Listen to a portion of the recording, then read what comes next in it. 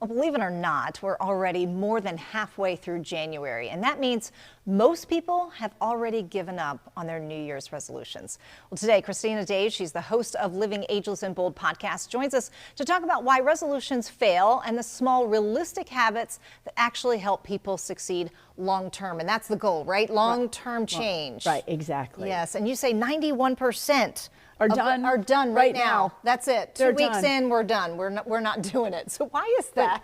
Well, because people make these huge goals, and they're usually negative goals. Like, I'm not going to do this. Like dry January. Yes. I'm sorry, not a fan. But, I'm not going to drink. I'm not going to eat carbs. Yes. Even if you say I'm going to work out, but it's like, I'm not going to, it's always so, I'm not going to not go to the gym. I'm not. Yeah. And it's almost negative reinforcement. Instead of if it's a more positive, like today I'm going to do this.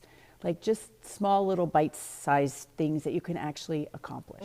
Yeah, I love that because they're more attainable if you just do little bits here and there as we go. Right, exactly. Yeah. Okay. So yeah, you can start in the morning like, okay, every morning I'm going to drink a glass of water.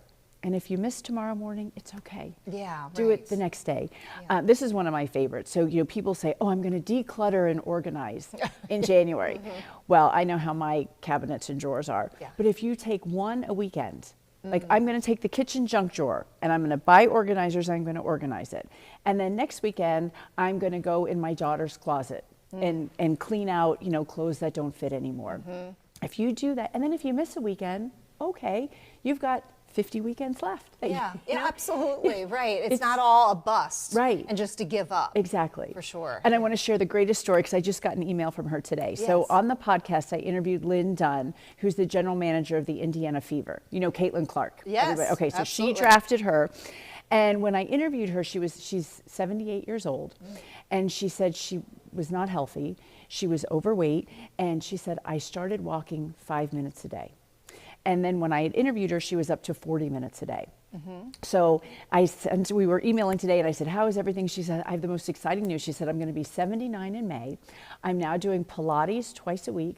Wow. I'm doing weights twice a week and in all caps. And I ride the exercise bike every day with all these emojis. Wow. She's lost 75 pounds. Wow, that's Right? incredible. Right. So this is it, you guys, baby steps. You can do it. 5 minutes. She started with 5 minutes a day. Yeah, it really is just those baby steps, little by little, and then all of a sudden, because it takes a while to build a habit. 2 months, 66 days. Okay. 66 days. Okay, so yeah, so if we can continue to do these habits, Right. and do them in a positive way, Right. then we can attain our goals for sure. Yes. So how can people reward these small wins? Right. So you don't want to reward with food, especially if you, don't do that.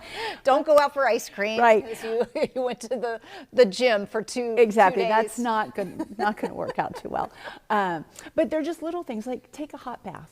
Like if you decide I'm going to walk 5 minutes and that's going to be a lot for me, then I'm going to reward myself with a 30-minute bath. Yes. One of the things I love checklists. Because when you check them off, it's that, yes. and that to me is a little reward. That enough, just checking it off or crossing it off my list. Right. So I'm a huge proponent of checklists. And that way, if you miss one, oh, maybe I did this one down here. So you see progress as you're going. Yeah, that's such a good point. I love that. Okay, so tell us a little bit about what you've learned about resolutions and goals from the people that you talk to on your podcast. Right. So imperfect action is better than perfect inaction. So you want to try. And the more you do it, the more you build confidence and the more you're going to continue with it. My husband and I started walking every morning. And I think now we've been doing it for 5 years probably. And now it's very cold right now. So, we skipped today. We'll probably skip tomorrow. But we know that in a couple days we're going to be like, we have a habit. So it's just start. And the more you do it, the more confidence you have with it and the better you're going to do. I love that. Imperfect action. And it doesn't have to be perfect. Inaction. Yes, exactly. At least you're doing something. Right. Yes, I love that. So if you set these ostentatious goals of I'm going to work out 60 minutes and you don't do it, you're going to be crushed. Right. But if you do the 5 minutes Yeah. or 10 minutes, or hey, I've been walking for a year, now I'm going to incorporate weights. You just had somebody on about that. Just a little something, now I'm going to build muscle.